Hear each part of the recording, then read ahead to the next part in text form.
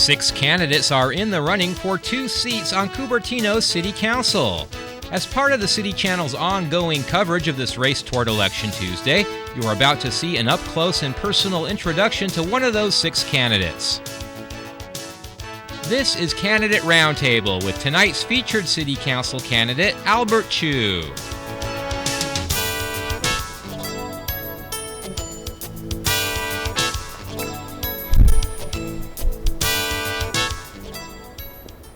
Welcome to Candidate Roundtable.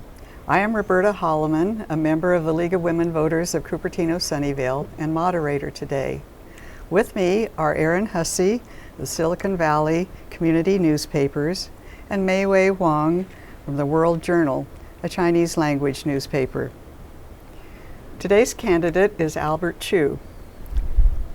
Mr. Chu graduated from Cal Poly University with a Bachelor of Science degree in Mechanical Engineering. He attended Santa Clara and Stanford Universities for graduate studies in ME and Aerospace Engineering.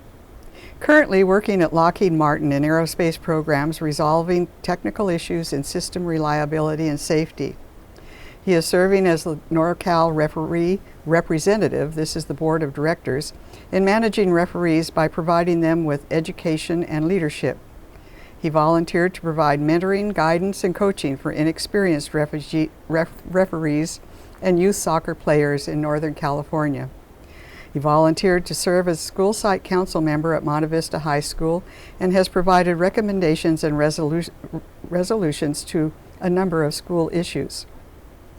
He states that his qualifications are based on his conservative belief that practicing honesty and trust with people are critical in building positive and strong relationships. Being a family man with a wife and 3 children, he takes pride by conducting himself with the highest degree of morality and commitment. As a city council member, he says he will do his best to improve the quality of living and the safety of our residents in Cupertino for generations to come. Welcome, Mr. Chu. Thank you. What do you see as an issue, an important issue facing Cupertino in the next few years? I see Cupertino is kind of there's a lot of growth going on, and I see Cupertino is one of those places that provide a lot of high quality education at this point, and my thinking is, or my objective is to just try to keep the city as a whole to be more vibrant and growth. Obviously, the growth factor is pretty important to me. We got to be able to bring the big employers and the big business coming in, and try to build on that and try to keep them. Try to keep the housing and the housing factor being supportive to the development of the big city, the big businesses. What I'm looking at is obviously the main objective of my campaign is to keep the city safe, because once you establish the safety factor, the school will grow. The school will grow. The quality of the education will grow, and then from then the business will be more vibrant at that point. So the key things for me is, or the challenge for me is to how do we keep the environment safe for all the residents here, for all the workers here, and obviously for the residents. My main challenge is, I think, what I spelled out was how do we prepare ourselves better? How do we work with the safety community? How do we bring the community to work with the citizens much more closely? My thinking was, do we need to? We probably need to reach out a little bit better as far as, protecting our residents. How do we reach out? We want to go. We want to look at maybe even kind of like a city patrol type thing, like a bicycle patrol, you know, like officers on bikes. How do we talk so they can reach out to the businesses, small business, big business? How get to talk to them a little bit. We need feedback from them. That's the way to do it. I think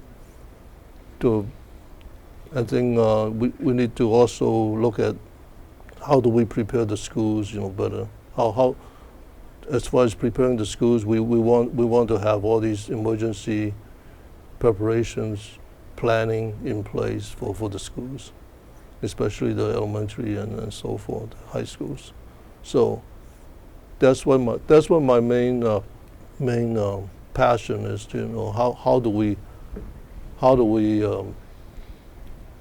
How do we go and approach these issues? To me, Cupertino is a state that, as a point now, is very, it's actually very high quality, place to live right now. The city itself, but my thinking is, we can do better. We can, because safety is still the key of the whole the growth of the city and the quality of the city. Albert, 25 years at aerospace engineer, and I bet you are a very good soccer coach. But you are relatively a new face to the community, and running for public offices is a total new game. I wonder where you think your chance of winning stands in this election. I thought about that. The thinking about running came from a friend of mine at work when we were talking one day, and what my exposure at that point was like some of this new development that we were that drawn my interest was the Toll Brothers development, the proposal. Right after that, we were discussing, maybe we need to be a little bit more involved. And I agree with my friends. When I go around talking to residents recently, I ran around door to door and talked to them, and there seems like a lot of residents just kind of, I don't know if it's took it for granted that city is running fine. They don't know who's running or who's involved and what committee they are in. So that's kind of give me the kind of, I don't know if it's like a motivation to run or not. I think to me, we need to set up a kind of more neighborhood, not neighborhood, but I think I was trying to maybe set an example to draw people out from their home and kind of get more involved with the public, because that's the only way we can actually get our voice heard. That's one of the concerns that I have. The reason I'm running is it doesn't seem like we go to a lot of these council meetings and committee meetings, and then it doesn't seem like our voice really carry anything. So to even get to that point that I feel comfortable about my voice being heard or the residents, you gotta step up. There's so many. Obviously, it's more comfortable staying at home and just kind of let the city or the council run the city. But there has to be a point that are we really satisfied the direction that the city's going? As far as bringing up issues, that's what we do. We want each resident to have the opportunity to actually talk to the council member, to the board. But I think, and one of my main thing is I feel good about if I can talk to certain people and they get connected, or they actually tell me honestly, what is bothering them. There have to be exchange. People wants to be able to express themselves, what the real issue is. So I want to stay connected with the people, and this is the way I want to do it. As far as the chance of winning, to me, I've done a lot of things. I don't think I'm being affected by the chances. Chances are, if you don't try something, you never know what's going to end up. So it's really it's not something that I drilled over. So. You just mentioned that you don't feel the community's voice is being really truly heard by the council. Are there some issues that you believe that have been affected by this? Give you example. You see, I went to the Hanson concrete hearing. They were hearing. I watched them on TV about they were getting feedback from the residents to the Santa Clara County Planning Board, I guess. And they were going to take that and they were going to find some answers, do the environmental reports and so forth. At that meeting, I heard all these residents having complained about air quality, sound, trucks going through late at night. So what I was thinking is, there was probably at least 30 or 40 complaints, easy, just for that one meeting. I look at it as like, with all those issues, it doesn't seem like that the resident that have the complaints get a feedback right away. It seems like they have to wait until the Santa Clara committee or find a time to actually digest that. And so what happened was I went to the Hanson. They have a workshop right after that, and I talked to the people, the engineer, the management, the technical people over there, and I felt a lot better before I even went there. I got a feeling that they're really on top of every issue that there is. They have people answering questions directly, and I feel good after the meeting. And the thing I found out was during the workshop I proposed them. For just one example, I made a proposal that they were looking at a certain area for mining, like a 40 acres mining site, and I asked them, they were like they own the company actually owns so many thousands of acres up there, and I asked them, you should maybe look at other areas away from the city limits, maybe move it, like maybe a few thousand feet away, and you can mine it without any, you can really cut down on the number of complaints, pollution or whatever. But they were, they thought about it, and they said, why don't you just come up and we can show you around, we can check out the old, I can check out the old operation. So that. I mean, I like that because they're kind of open to discussions. They're open to suggestions what they can do better, and the bottom line was they comply to every regulations there is that California can throw at them. So that's the part I like. Being doing the research part of it. Because a lot of issue that comes up, in city council meeting is there's just not enough research to decide. I think the council should be more prepared when they have a meeting that what is the research I've done, So you look at the research and you can make a decision almost at the same point, and then just tell the resident what is the decision is, without going over. There seems like issues that drags on like weeks and months and without any resolution. To me, if you're better prepared and the information is there with the council, that the decision should be made quickly. You don't have to drag it out. I see council meeting that goes on till midnight. I mean, it's not that. It shouldn't be it shouldn't be like that. Homework. You got to be able to do the research, the homework before you get to the council.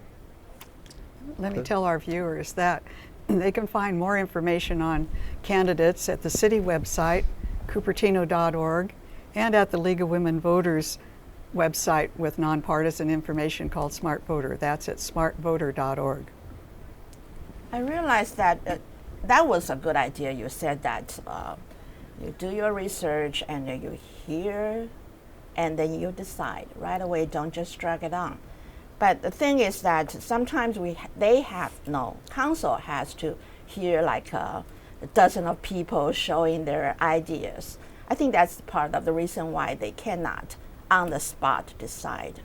Well, but I like to hear more from you because it sounds like you walked the precinct a lot and you hear people talking about their what's bothering them. What did you find? What is really bothering people now? I think, to me, a lot of times, the main, I can quote most of the high percentage of complaint is from people that issues is based on how their kids are doing. How is the school district really what they wanted? Obviously they spend a lot of money try to set up try to living here. There's the whole issue is around basically getting the kids the education that Cupertino has. Obviously that's the attractive part of it, the quality of the education. We're still ranked pretty high. So that's the issue, and then from then on, I think what their concern is it goes hand in hand with the housing issue. There's redistricting coming in with the school, and the factor of how the redistricting the school will affect their housing, the prices, and so forth. That is the main topic right now. How if they're going to redistricting, I might not be in the Monte Vista area. I might be moved to a Cupertino High School or Fremont High School. Redistricting. So that is a big thing on everybody's mind. Why don't you run for school board? Those are all school issues. I thought about that too. You thought about that too. Yes. But with that, obviously it's going to flow. It's going to flow over to the housing situation. The housing, and then most of the issues people talk about is basically surrounding that. I think it's also surrounding my main P is the when I was talking about safety or this environment. I'm not just talking about I'm talking about traffic safety. Obviously, the reason I joined I like to run the City Council is the way the thing is going on now is just how do they carpool with the kids, or do they carpool the kids to the school? You look at the school area. We kind of like depend on couple of main street that goes into these schools. That there's like a tri-school area that Monte Vista and Lincoln and so forth, and that has to. That seems like I've been talking about that for years now, and it seems like people just not willing to give up their cars, especially these high school kids, you know, and these parents that they want to drop the kids off like in the elementary school. They don't like to, either they don't like to walk them to school. They don't feel it's safe. So you see all these parents just driving this one kid, you know, right, try to get in there. Sometimes it could be as bad as like half an hour, try to get through all the traffic lights and so forth. And it seems like, you know, that might be another school issue. You know, we need to go talk to the school. And I think, you know, being a council member, I would go to the school and get a better commitment or solution. Well, just following up on that, how exactly would you get the city council to work collaboratively with the two school districts in the area? To me, I don't have any. I don't know what the procedure is, what's the process is, or who directly I can talk to. But I think, you know, if I'm on the council, basically I would just go and say, you know, can we have a meeting, and I can go to the superintendent. You know, it doesn't hurt to ask. You know, I usually just go to the head man or head person, and just start from there. I mean, it might not have been done before, but you know, I always like to ask and see where we could end up. If there's a special procedure or meeting or committee that they would send me to, I'll go to that. But you know, I'll just go through the chain. I always start from the top and then work myself down. Albert, last time I talked to you, you told me your siblings and your parents also live in the city for a long time, and yourself too. What do you like the most about this city? It has been a long time, huh? Yeah, I mean, I was here like, I probably spent about, 30 years here. The reason I picked this city is from the beginning, I was looking at Sunnyvale, other areas to buy a house. And me and my wife was just going around looking at places, and I found this, you know, Cupertino, the place that we're in, and it turns out to be something like I like the orchard feeling at that time. So, and I like the really kind of like the very peaceful and low kind of very peaceful nature of the area. So. The reason I settled here is the house wasn't in the best shape. You know, we spent a lot of time fixing it up. But the place was great. I talked to the realtor and said, you know, she said the school was great. So I just, you know, it's just a gut feel that I said, you know, maybe that's the place to go. And after that, all my brothers and my sister and our parents just kind of followed suit, and then they just kind of joined in. So they bought homes around here also about 10 years ago or something. So and your parents, they're senior citizens. Do they like it here? Do they think this is a friendly city for seniors? They do like it here because we are very close to the the senior center. So my mom used that a lot. The reason there was a strange story too. The reason my parents wants to move here is like they were living in Stockton, and then there's no way we can able to just, you know, watch them, you know, see what the medical situation is and all these everyday problems or whatever issues. So we suggest them to come out. Obviously, we couldn't afford to buy them a house here, you know, but. So I volunteer my house, my lot, so we built them a granny unit. So that's how it works, you know. We built this granny units for 900 square feet, and then they're there now. It's like a little condo for them. So it works out really well. I get to watch over them. They're getting to that age, you got some medical issues, but they also help out quite a bit with my kids, when they were smaller. So it works out very well. Okay, it's time for us to wrap up. Okay. Thank you, Mr. Chu, for joining us, and Aaron Hussey and Mei Wei Huang. To see this rebroadcast and see the other candidates, check the City Council, the city's website for broadcast dates and times. Thank you for watching.